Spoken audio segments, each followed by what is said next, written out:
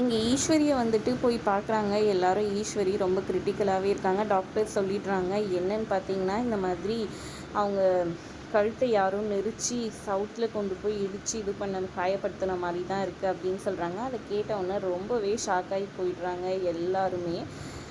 அப்படியே தர்ஷினி வந்துட்டு இது எல்லாம் அந்த வீட்டில் இருக்கவங்களோட வேலையாக தான் இருக்கும், உடனே வந்துட்டு நம்ம எல்லாம் இது பண்ணோம், அவங்கள விடவே கூடாது அப்படி இப்படின்னு அவங்க டென்ஷன் ஆகி பேச, ஜீவானந்தம் கொஞ்சம் பொறுமையாக இருங்க, உங்களோட கஷ்டம் எனக்கு புரியுது, ஆனால் இந்த டைமில் நம்ம யோசிக்காமல் எதையும் பண்ணக்கூடாது, கொஞ்சம் வந்துட்டு நம்மக்கிட்ட எந்த எவிடன்ஸுமே கிடையாது, இப்போ போய் நம்ம அவங்க மேலே கம்ப்ளைண்ட் பண்ணாலும் நான் எதுவுமே பண்ணலை அப்படின்ற மாதிரி தான் சொல்லி சமாளிப்பாங்க. எந்த எவிடன்ஸும் நம்மக்கிட்ட இல்லை, அது மட்டும் இல்லாமல் வெளியேந்து யாருனா வந்து பண்ணிக்கலாம், அவங்களுக்கே தன்னால் கூட நடந்துக்கலாம் அப்படின்ற மாதிரி ஏதாச்சும் ஒன்று சொல்லி இந்த கேஸையே டைவெர்ட் பண்ண பார்ப்பாங்க, நம்ம பக்கமே திருப்பிடுவாங்க.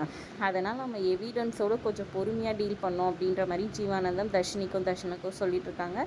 கொன்றவையுமே ஆமாம் கொஞ்சம் பொறுமையாக இருங்க, ஜீவானந்தம் சொல்கிற மாதிரி இது பண்ணலாம் அப்படின்ற மாதிரி அவங்களும் சொல்லிகிட்ருக்குறாங்க. ஒரு பக்கம் இங்கே ஈஸ்வரியை பார்த்து ஃபீல் பண்ணி எல்லாருமே அழுதுட்டுருக்காங்க. அப்போ ஈஸ்வரி சொன்னதை யோசிச்சு பார்க்குறாங்க.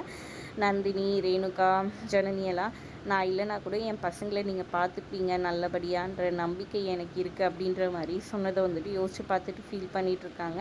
உண்மையிலேயே ஈஸ்வரிக்கு ஏதாவது நடந்துடுமா, இல்லை ஈஸ்வரி மீண்டு வருவாங்களா அப்படின்றத பார்க்கலாம்.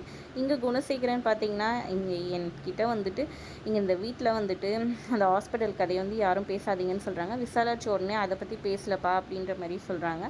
ஆனால் இங்கே இவர் வந்துட்டு என்ன சொல்கிறாருன்னு பார்த்தீங்கன்னா, எனக்கு அதெல்லாம் பிரச்சனை இல்லை, ஹாஸ்பிட்டல் பற்றியெல்லாம் பேசுவோம்மா, ஆனால் அந்த அடிப்பட்டது அவங்களுக்கு எப்படி நடந்திருக்கும், எனக்கு என்னமோ ஒரு பெரிய சந்தேகமாக இருக்குது, எனக்கு நிறைய சந்தேகங்கள் இருக்குது அப்படின்னு அவர் சொன்ன உடனே வந்துட்டு எல்லாரும் யோசிக்கிறாங்க. குணசேகரன் கொஞ்சம் முழிக்கிறாரு. பொறுத்திருந்து பார்க்கலாம் என்ன மாதிரியான ட்விஸ்ட் அண்ட் டர்ன்ஸ் வரப்போகுதுன்ட்டு.